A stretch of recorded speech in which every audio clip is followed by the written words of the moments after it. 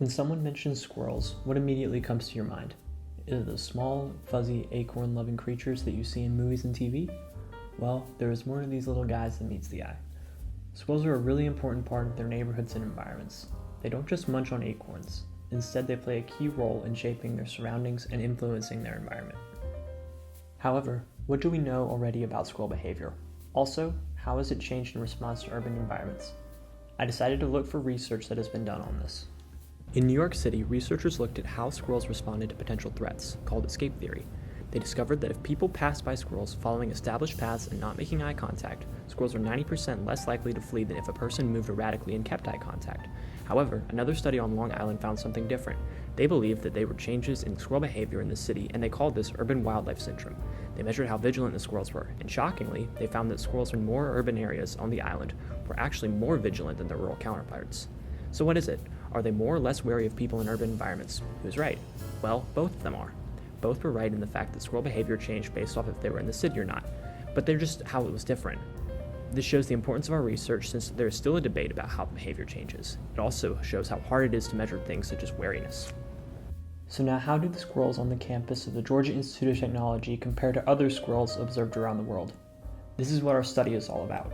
The purpose of this study was to observe how eastern gray squirrel behavior is impacted by certain external factors. More specifically, I decided to observe how close a squirrel was to a building or shelter, like a tree or burrow, was affected by the time of day.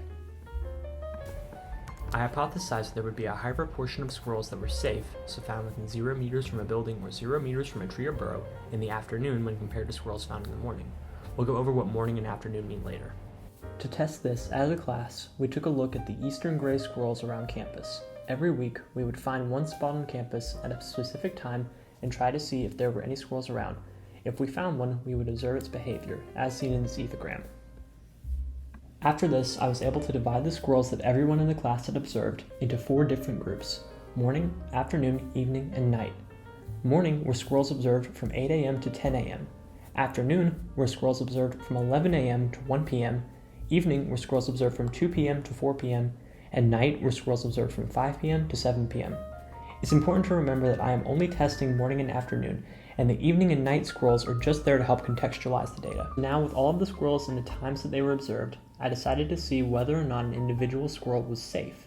A safe squirrel, as I've already stated, was a squirrel that was observed to be within 0 meters of a building or 0 meters from a burrow or tree. This is where I used R to sort through my code, as seen here.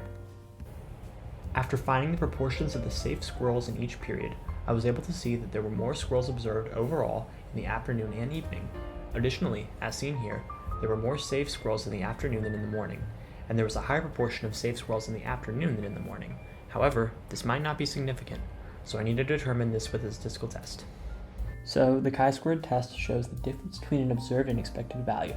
The expected proportion size was 0.419 safe squirrels of the total squirrels within the population, so the average of the afternoon and the morning groups. The observed proportion for the morning was 0.396 and the afternoon was 0.442. After calculating the chi-squared test, the p-value was 0.959. From this value, I failed to reject the null hypothesis, which is basically a fancy way to say that I cannot prove that the proportions are different enough. So with this information, I was not able to prove that my hypothesis was correct. So what did I learn? Well, at least from what I was able to gather, squirrels did not change their behavior, so in this instance location based on the time of day. Additionally, along with the time of day, I believe that there would be more students present near and around squirrels in the afternoon, as opposed to during the morning. This highlights the need for further research, since I would likely to incorporate human distribution and see how humans interacted with the squirrels. The United Nations has posed sustainability goals which seek to address global challenges in the hopes of bringing about better lives for everyone on Earth. As a class, our research directly correlates to 3 of these goals. First, the construction of sustainable cities and communities. By observing how our urban environments shape how squirrels behave, we can adjust our practices to ensure that cities are developed to be sustainable and thriving, not only for people. Second, climate action. It is apparent that climate change poses a threat to not only our lives, but also other plants and animals in the world. By observing how our actions and lifestyles impact our planet, we will better be able to formulate solutions to fighting a problem that affects us all. Finally, life on land. While many might not consider squirrels to be integral parts of the ecosystem, they are present and correlate deeply to other aspects of the environment, so their presence has a profound impact on not only other species, but also humans.